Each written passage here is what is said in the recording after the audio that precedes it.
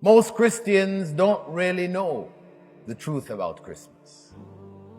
Christmas, first and foremost, we should understand, was not a celebration taught by Prophet Jesus, nor was it done by his disciples, those who were around him, the 12 and others. They never celebrated it. So in fact, it is not from the teachings of Jesus. In fact, even if you look in the books of the Christians today, in the Gospels, you will not find any mention of Christmas there. It was unknown, not celebrated.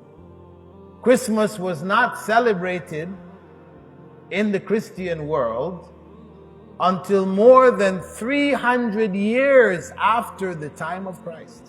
Why didn't they celebrate? Because fundamentally it was known that the celebration of birthdays was a pagan custom.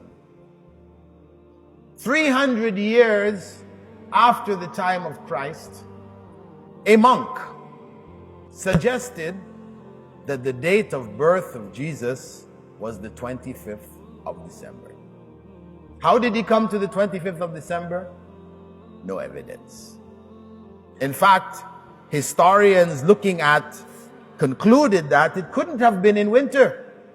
December was winter because of other issues that they talked about in the Gospels concerning the time and what was happening at that time. It wasn't winter time. At any rate, 25th of December was chosen. Chosen when Christianity now became strongest where? In Rome. Why the 25th of December?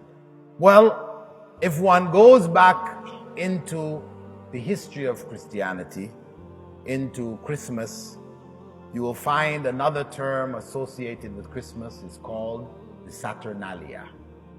What is the Saturnalia? Saturnalia was the day of worship dedicated to Saturn. Saturn is not a planet. Yes, it's a planet called Saturn, named after the Roman god of the harvest. When the fields were harvested, then rites of worship were dedicated to Saturn. That series of worship rites were called the Saturnalia. And it involved giving of gifts. It involved carrying wreaths, the holly. And as Christianity spread into Europe, it absorbed other symbols. In Scandinavia, the Scandinavians believed in tree gods, that the gods inhabited the trees. They were inside trees.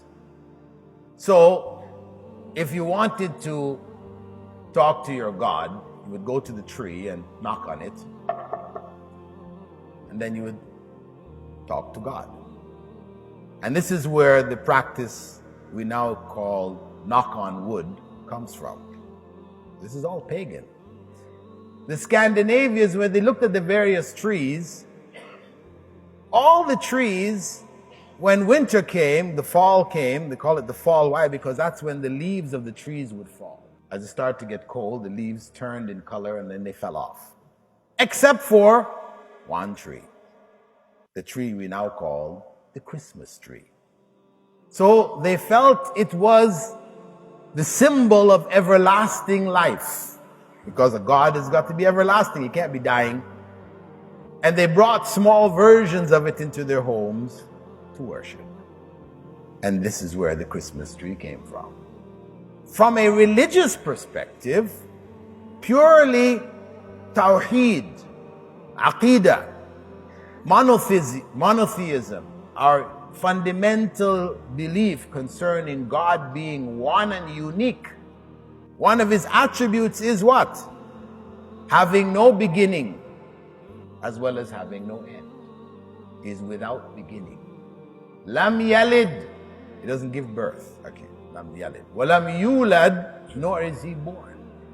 Neither does he give birth, nor is he himself born.